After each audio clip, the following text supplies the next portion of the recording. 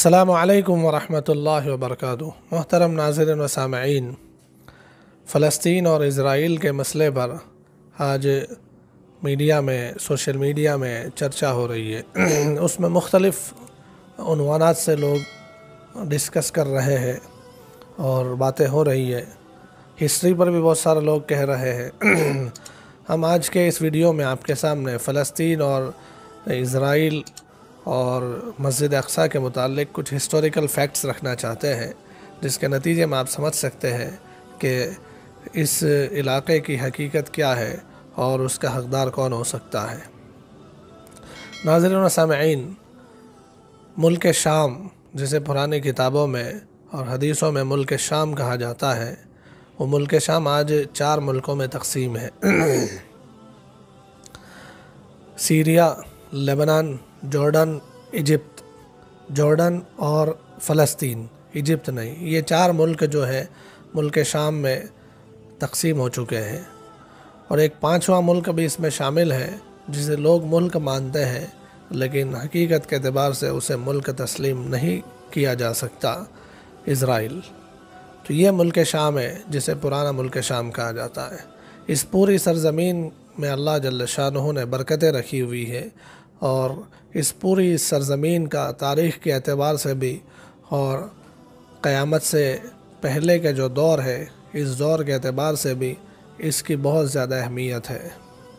تاریخ کے اعتبار سے اس طریقے سے ہے کہ یہ انبیاء کی سرزمین رہی ہے۔ بہت سارے انبیاء کرام علیہ السلام کا یہ وطن رہا ہے، مقام ہجرت رہا ہے اور مقام سفر رہا ہے، اور آئندہ آنے والے دنوں میں قیامت سے پہلے کے دور میں روایتوں کے مطابق پوری دنیا کے اہل حق جو ہے یہ ملک شام کی سرزمین میں جمع ہو جائیں گے۔ تو اس اعتبار سے اس سرزمین کی اہمیت بہت زیادہ ہے۔ اس میں بھی فلسطین کا علاقہ یہ بہت زیادہ اہمیت کا حامل ہے۔ اس میں موجود کچھ چیزوں کی وجہ سے، کچھ تاریخی حقیقتوں کی وجہ سے۔ تو فلسطین کیا ہے اور اس میں مسجد اقصیٰ کیا ہے، آج ہم اس کی تفصیل بیان کرتے ہیں۔ فلسطین جو ملک ہے یہ کوئی 450 کلومیٹر لمبائی کا، اور چوڑائی کے اعتبار سے کسی جگہ پر آپ نقشے میں دیکھ سکتے ہیں کہ کسی جگہ سے اس کی چوڑائی کم ہے تو وہ کوئی 50 کلومیٹر کے برابر چوڑائی ہے، کسی جگہ 70 کلومیٹر ہے، کسی جگہ 90 کلومیٹر ہے، تو کسی جگہ 100 سے 110-15 کلومیٹر کے برابر چوڑائی ہے اس کی۔ یہ ملک اس کے اطراف کے ممالک جو ہے لبنان، سیریا، جارڈن اور ایجپٹ، جس کو مصر کہتے ہیں، چار طرف یہ 4 ملک ہیں، ایک طرف سمندر ہے، اس کے بیچ کا یہ علاقہ فلسطین کا علاقہ کہا جاتا ہے۔ فلسطین کے اس دیش میں بہت سارے بڑے بڑے شہر ہیں، الخلیل ہے، رام اللہ ہے، اور اسی طریقے سے جیروسلم ہے اور غزہ ہے۔ ایسے بہت سارے شہر ہیں جس میں سے یہ جیروسلم جسے کہتے ہیں یہ بہت ہی زیادہ برکتوں کا حامل اور بہت ہی زیادہ تاریخ کے اعتبار سے اہمیت کا حامل شہر ہے۔ یہ کوئی 35 ایکڑ کا علاقہ ہے جسے ارض مقدس اور پاکیزہ زمین کہا جاتا ہے۔ 35 ایکڑ کا علاقہ، اس 35 ایکڑ کے علاقے میں اس 35 ایکڑ کے پورے ایریا کو مسجد اقصیٰ کہا جاتا ہے۔ جب مسجد اقصیٰ بولا جاتا ہے تو یہ پورا علاقہ ہے۔ اس میں خاص جو مسجد اقصیٰ کی جو خاص عمارت ہے وہ بھی شامل ہے، اس کے ساتھ جو ہے کچھ چبوترے بھی ہے، کچھ درسگاہیں بھی ہے، کچھ اور چھوٹی چھوٹی مسجدیں بھی ہے۔ یہ سب ملا کر 35 ایکڑ کا علاقہ یہ بہت زیادہ تاریخ کے اعتبار سے بھی اور پاکیزگی کے اعتبار سے بہت بڑا ہوا ہے۔ اس ایریا میں انبیاء کرام علیہ السلام کی حاضری اور انبیاء علیہ السلام کا رہنا یہاں پر بہت ہوا ہے۔ روایت میں آتا ہے کہ اللہ کے رسول صلی اللہ علیہ وآلہ وسلم سے پوچھا گیا کہ سب سے پرانی مسجد کون سی ہے، تو آپ نے فرمایا مسجد حرام ہے۔ اس کے بعد فرمایا گیا کہ کون سی مسجد ہے، تو آپ نے فرمایا کہ مسجد اقصیٰ ہے۔ پوچھا گیا کہ ان دونوں کے درمیان میں فاصلہ کتنا ہے، تو بتلایا گیا کہ 40 سال کا فاصلہ ان دونوں کے بیچ میں ہے۔ اس اعتبار سے دیکھیں تو مسجد حرام کی تاریخ تو سیدنا حضرت آدم علیہ نبینا علیہ السلام کے ساتھ جڑی ہوئی ہے۔ تو یہ مسجد اقصیٰ کی تاریخ بھی اتنی ہی پرانی ہے۔ اتنا ضرور ہے کہ ہر زمانے میں حکومتیں بدلتی رہی، دور بدلتے رہے، تو وہاں پر اپ اینڈ ڈاؤن ہوتا رہا، وہاں کی حالتیں بدلتی رہی، مختلف حکومتیں وہاں پر آئی، ہر دور میں الگ الگ حکومتوں کا وہاں زور رہا، لیکن وہاں کی جو آبادی ہے، وہاں کی پرجا ہے، وہ آبادی سالوں سے ایک آبادی چلی آ رہی ہے۔ سب سے پرانی آبادی اور سب سے پرانی قوم جو وہاں پر بستی ہے وہ کنعانی قوم ہے، جس کی تاریخ 4550 سال کی ہے، کہ یہ قوم 4550 سال سے اس جگہ پر آباد ہوتی چلی آ رہی ہے اور آج تک ہے۔ بیچ میں حکومتیں بدلتی رہی۔ اس کے ساتھ ساتھ یبوسی قوم بھی ایک کہی جاتی ہے، اس کی تاریخ بھی کوئی 4400 سال پرانی تاریخ ہے۔ تاریخ میں اگر دیکھتے ہیں تو کنعانی اور یبوسی یہ دو قوم یہ کہاں سے آئی اور یہ کون لوگ ہیں، تو تاریخ ہمیں بتاتی ہے کہ یہ جزیرۃ العرب کے دو قبیلے تھے، جو اپنے زمانے میں کسی نہ کسی غرض سے، جیسے کہ تجارت کی غرض سے یا کسی اور غرض سے لوگ ہجرت کرتے تھے، تو یہ ہجرت کر کے یہ دو قبیلے اس طرف آ کر منتقل ہو گئے، یہاں پر بستے چلے گئے۔ اصل آبادی فلسطین کے علاقے کی یہی رہی ہے۔ حکومتیں بدلتی رہی، کبھی جو ہے مختلف حکومتیں یہاں پر آئی ہوئی ہے، جس کا میں خاکہ آپ کے سامنے پیش کرتا ہوں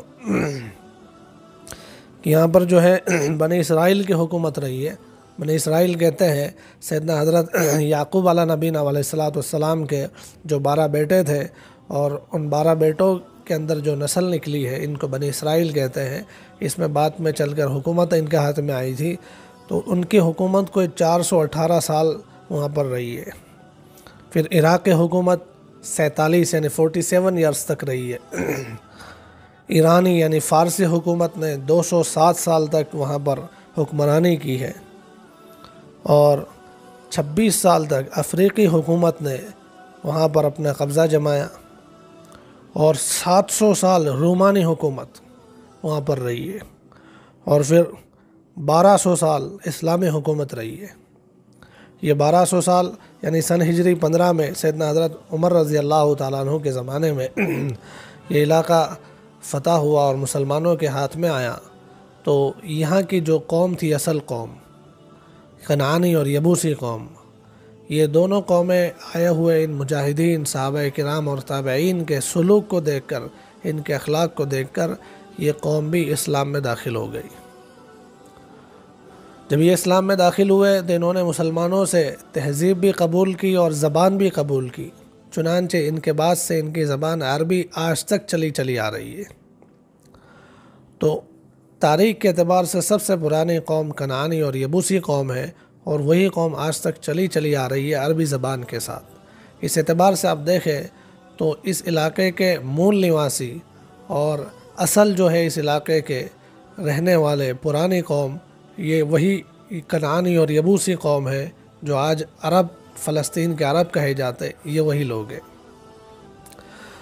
دوسری طرف ہم دیکھیں تو مسجد اقصیٰ کی جیسے بتلایا کہ سیدنا حضرت آدم علیہ نبینا علیہ السلام کے زمانے سے اس کی تاریخ جڑی ہوئی ہے روایت کے اعتبار سے، پھر اس میں بعد میں ہر زمانے کے اعتبار سے مسجد میں تعمیر ہوتی رہی اور مسجد کا علاقہ وسیع ہوتا چلا گیا۔ چنانچہ حضرت سلیمان علیہ السلام کے متعلق بھی ملتا ہے کہ انہوں نے مسجد کے سلسلے میں تعمیر کروائی، اور جسے لوگ ہیکل سلیمانی کہتے ہیں، حالانکہ وہ ہیکل سلیمانی نہیں، وہ مسجد اقصیٰ ہے جو حضرت سلیمان علیہ نبینا علیہ السلام نے تعمیر کروائی۔ سیدنا حضرت داؤد علیہ السلام کے متعلق بھی ملتا ہے کہ انہوں نے بھی مسجد کے اندر تعمیر میں حصہ لیا ہے، اور اسی طریقے سے بعد کے ادوار میں بھی تاریخی حصے تعمیر میں اور مسجد کے اندر اس کو کم و بیش کرنے کے سلسلے میں چلتے چلے آ رہے ہیں۔ بعد میں جا کر جب اسلامی حکومت یہاں پر قائم ہوئی سیدنا حضرت عمر رضی اللہ تعالیٰ عنہ کے خلافت میں، تو اس کے بعد جو ہے مسلمان جو خلفاء آئے، خلفاء بنو امیہ میں بھی اس کی توسیع ہوئی، اور چنانچہ تاریخ میں یہ بھی ملتا ہے کہ خلفاء بنو امیہ میں سے خلیفہ عبد الملک بن مروان نے سن ہجری 60 کے قریب میں وہاں پر ایک شاندار عمارت تعمیر کروائی، اس 35 ایکڑ کے علاقے میں ہی مسجد اقصیٰ کے برابر میں، اس کے پاس میں، جس کو قبۃ الصخرہ کہا جاتا ہے۔ تعمیری اعتبار سے یہ شاہکار تھا، بہت زبردست تعمیر کروائی تھی، بڑی بڑی چٹانیں اور اس کے اوپر گولڈن کلر کا جو ہے بہت خوبصورت گنبد۔ تو یہ تعمیری اعتبار سے اس کی جو ہے خوبصورتی بہت زبردست تھی، اس لیے اس کا چرچا بہت ہوا۔ آج جو ہے یہ ایک سازش کہی جا سکتی ہے یا لوگوں کی غفلت کہ جب بھی مسجد اقصیٰ کو آپ سرچ کرو، مسجد اقصیٰ کے متعلق آپ بولو تو وہی گولڈن کلر کا جو گنبد ہے جس کو قبۃ الصخرہ اور ڈوم آف دی راک کہا جاتا ہے، یہ سامنے آ جاتا ہے، حالانکہ یہ مسجد اقصیٰ نہیں ہے۔ مسجد اقصیٰ کی اصل جگہ وہ ہے جو گنبد کے اعتبار سے سلور اور بلیک کے بیچ کا جو کلر کا گنبد نظر آتا ہے وہ ہے، وہ سلور گنبد تھا، لیکن جیسے چاندی میں زمانے کے بعد اس میں سیاہی آتی چلی جاتی ہے، تو اس طریقے کا سلور اینڈ بلیک کے بیچ کا جو کلر ہے گرے کلر ٹائپ کا بنتا ہے، اس طرح کا وہ گنبد ہے، وہ اصل مسجد اقصیٰ کا علاقہ ہے، جس میں خاص طور سے نمازوں کی فضیلت کے متعلق بیان کیا گیا ہے کہ 1000 نماز کے برابر یا کچھ روایت کے اعتبار سے 50,000 نمازوں کا ثواب ملتا ہے۔ تو یہ مسجد اقصیٰ کا اصل علاقہ ہے۔ لیکن جب بھی آپ سرچ کرو، جب بھی آپ پوچھو کسی کو فوٹو بتلاؤ، تو وہی ڈوم آف دی راک اس کا فوٹو سامنے پیش کر دیا جاتا ہے اور کہا جاتا ہے مسجد اقصیٰ ہے۔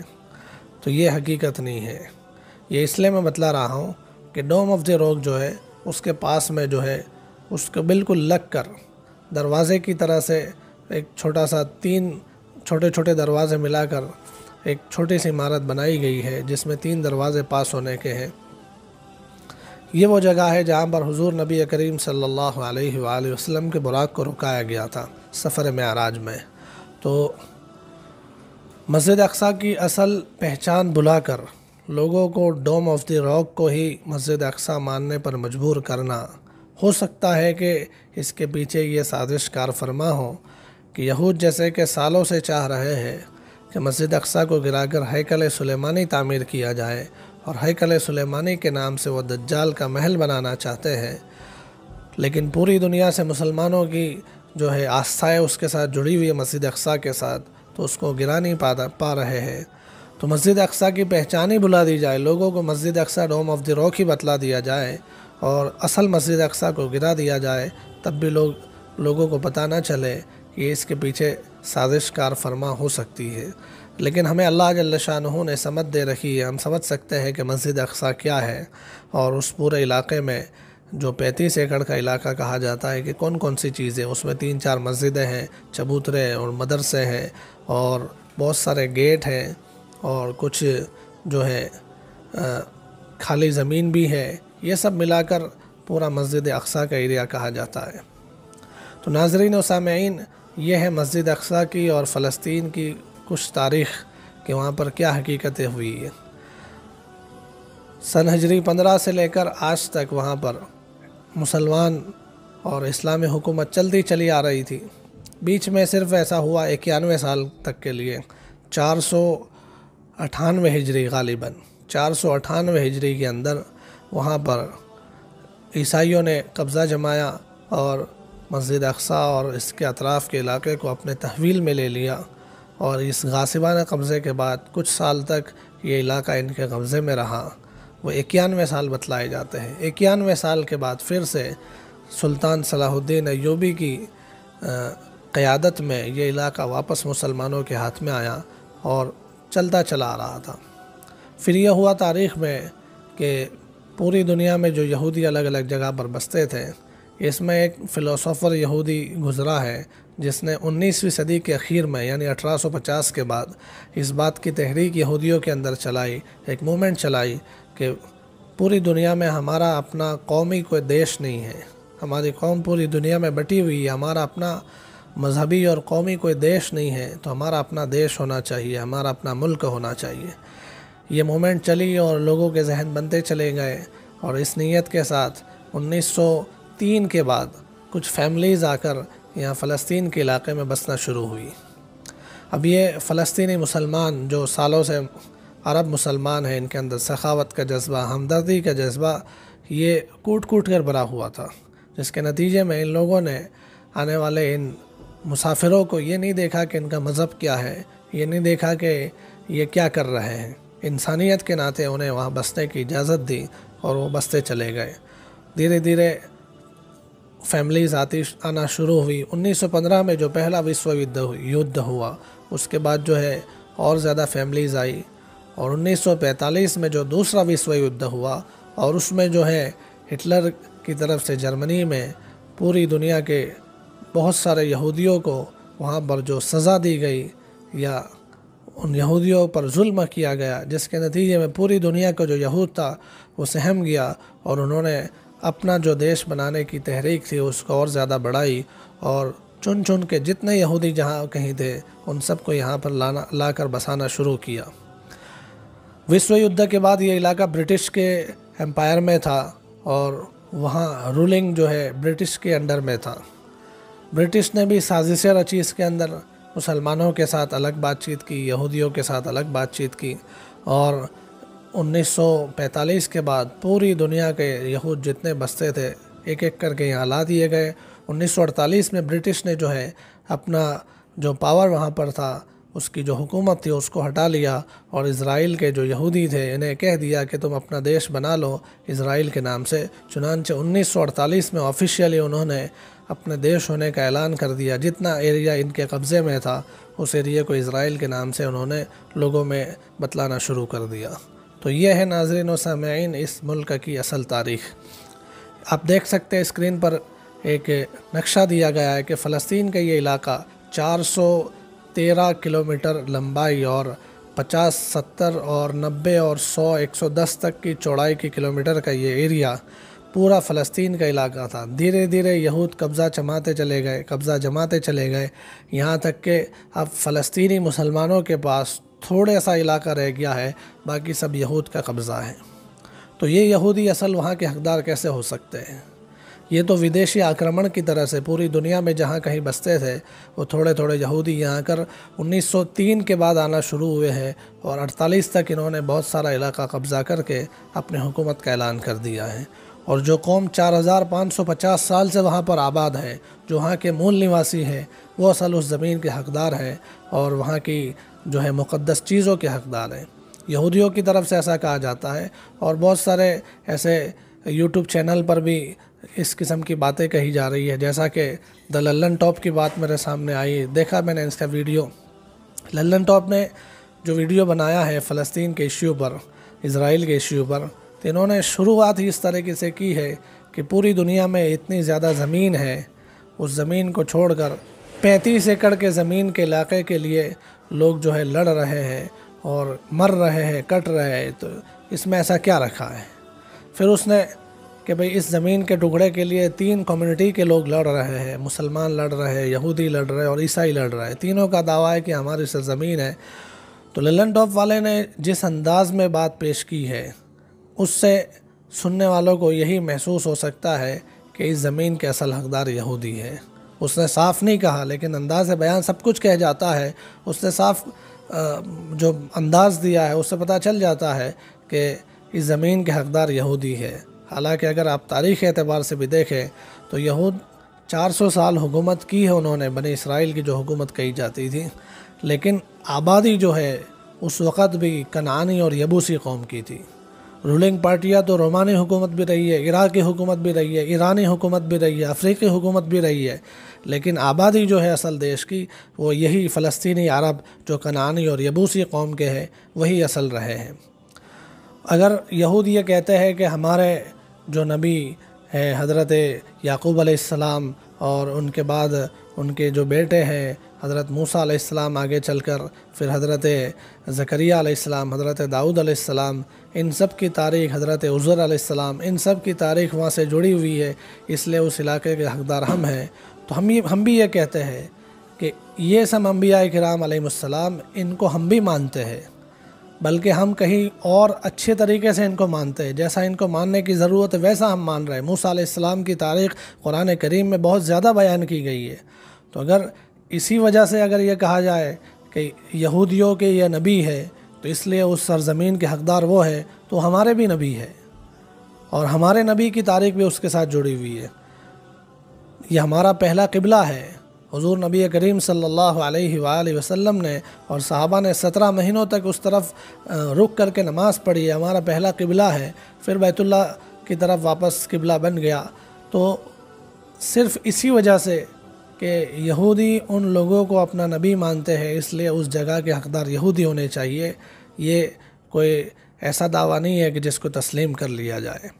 تاریخ کی حقیقت دیکھ لیجیے آپ، اس علاقے کے میں بسنے والی قوم جو سالوں سے بستی چلی آ رہی ہے اور 1200 سال سے وہ اسلام کے اندر آ کر مسلمانوں کی طرح سے، مسلمان عرب کی طرح سے رہ رہے ہیں، یہ اصل حقدار اس سرزمین کے ہیں۔ تو یہ تاریخی حقیقت اگر آپ کے سامنے ہے تو آپ لوگوں کے سامنے پیش کر سکتے ہیں، ورنہ اگر آپ تاریخی حقیقت آپ کے سامنے نہیں ہے تو پھر طرح طرح کی باتیں آج چل رہی ہے، سوشل میڈیا بھرا ہوا ہے، ہر کسی کو اپنا چینل مارکیٹ میں لانے کے لیے اور اپنی باتیں لوگوں میں چلانے کے لیے صحیح غلط جو جس کے منہ میں آیا وہ بک رہا ہے اور طرح طرح کی باتیں پیش کر رہے ہیں، ورنہ اصل حقیقت تاریخ کے اعتبار سے اور ہسٹوریکل فیکٹس کے اعتبار سے وہ تھی جو ہم نے آپ کے سامنے رکھی ہے۔ اب آپ جو ہے اس تاریخ کی حقیقت کو خود بھی سمجھے، اپنے دوستوں کو سمجھائے، اپنی عورتوں، اپنے نسلوں کو سمجھائے، اس لیے کہ یہ علاقہ وہ ہے جہاں آگے چل کر قیامت سے پہلے کے دور میں اور فتنوں کے دور میں اس علاقے کی بہت زیادہ اہمیت ہے۔ حضور نبی کریم صلی اللہ علیہ وآلہ وسلم کے فرمان کے مطابق پوری دنیا کا اہل حق اس جگہ پر جمع ہونے والا ہے اور وہاں پر رہ کر پوری دنیا سے ظلم کا صفایا کرنے والا ہے۔ تو اگر ہمیں حقیقت پتہ نہیں ہوگی تو ہماری جو ہے آستھائیں اور ہماری جو ہے تاریخ اس کے ساتھ جڑی ہوئی نہیں ہوگی تو ہم مستقبل میں وہاں کے ساتھ کچھ بھی نہیں کر سکتے۔ تو اس لیے اس حقیقت کو سب کے سامنے رکھنے کی درخواست ہے۔ السلام علیکم ورحمۃ اللہ وبرکاتہ۔